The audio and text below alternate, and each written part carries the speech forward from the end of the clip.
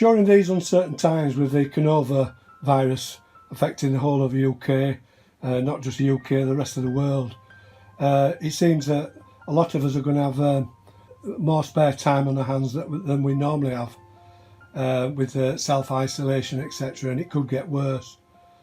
Just while I'm talking about that, I'd just like to say a big thanks to the NHS, all the staff, doctors, nurses, ambulance drivers, for the great job that they're doing at the moment under very, very difficult circumstances. So I thought I'd just run you through how I do still life. I mean, I'm normally a landscape photographer, but I'm getting more interested in doing still life and using a setup here using cheap lights, which I got off eBay. Lighting is one of the most important parts of doing this. These lights, I got them off eBay, as I say. They cost me about £4 each. You press them once and it's at its lowest power setting. Press it 3 times. It's got three levels. That's the brightest setting. I covered it up with a little bit of tissue just to diffuse the light. And on this one, so that one's on full power for the main light, and this one I'll put it on the lower setting, and that acts as a fill light to fill in some of the shadows. I don't want the shadows to go too dark.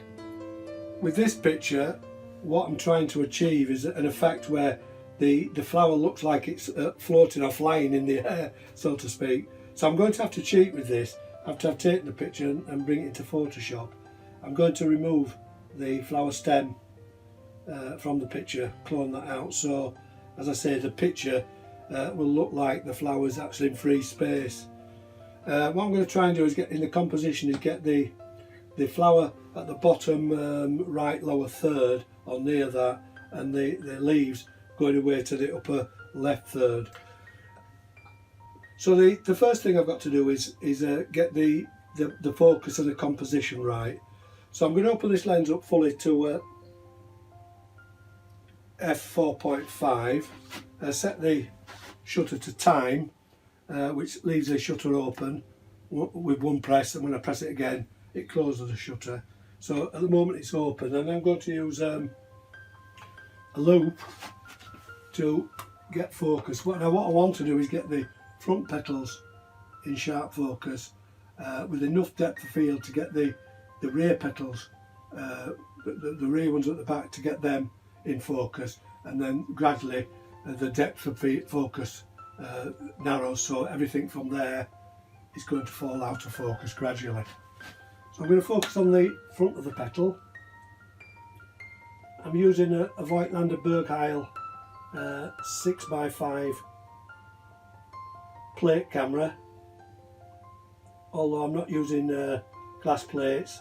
I'm using film to take the photograph in a film holder like this holder. Film I'm using FP4 is in this film holder, one sheet in that. So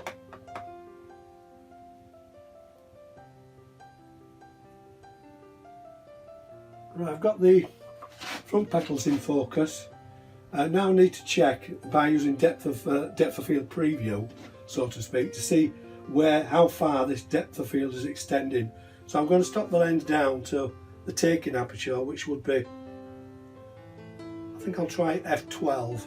On this camera it's f12, not f11. It's the way they did it in those days. And then just check if I'm the depth of focus. And that's looking about right on that. I've got the front petals in focus, and they're just starting to go out of focus on the rear petals. So that's great, is that. The next thing, I don't want to start moving the tripod. I'm going to use the movements on the camera. I've got shift and rise. There's no tilt, but I've got shift and rise, which help. I need to move the composition slightly. So this is just for fine tuning. So I'm just using the shift to move the whole picture slightly to the right, but that's okay. And then using the rise just to lower the picture, so a little bit higher. I want this flower to go to lower third. and then just check that. That looks okay, and the focus looks okay. So that's all set now. So I've got my lens set to f12. The shutter's open, I'm going to close it. The other thing to remember, because I've got the bellows nearly fully extended, I'm going to lose a full stop of light. So I'm using Ilford FP4, which I normally rate at 125 because I'm developing it in diaphine. That's the rating I use for diaphine. I'm going to rate the film at 50 ISO, and that gives me that counteracts that loss of light with the bellows extension. So I'm going to meter it to 50 ISO. Now I'm going to use my handheld spot meter. I'm going to take a meter reading off the flower and find the brightest area. And the brightest area is giving me 2 seconds at f11. I'll have to work at f11 because I can't get to f12 on this. And then I'm going to meter then in EV.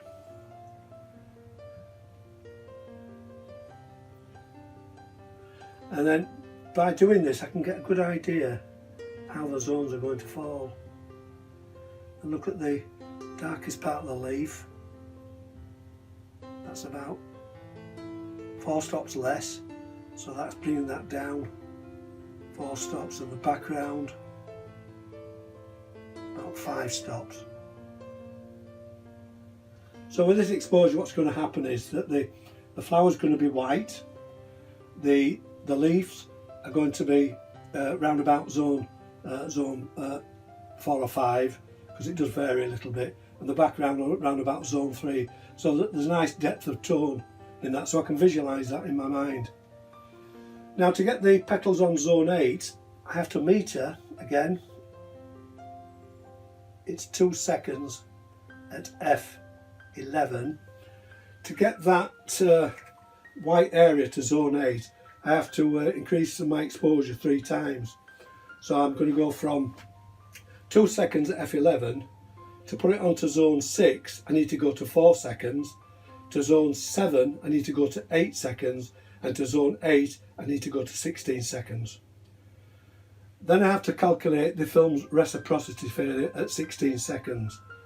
I've already done that, and the reciprocity failure for Ilford FP4 at 16 seconds is round about 35 seconds. So I have to add the initial exposure 16 seconds, add the reciprocity failure which is 35 seconds, gives me around about 50 seconds.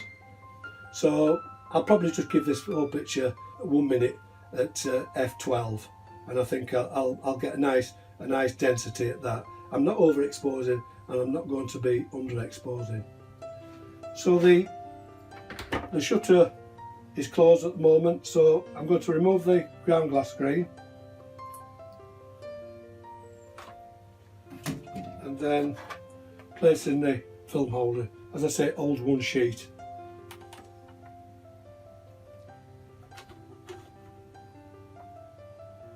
So all set there.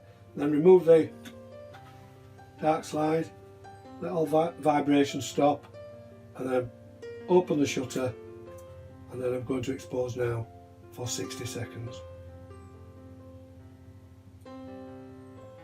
Exposure time's up, so I'll put back the dark slide.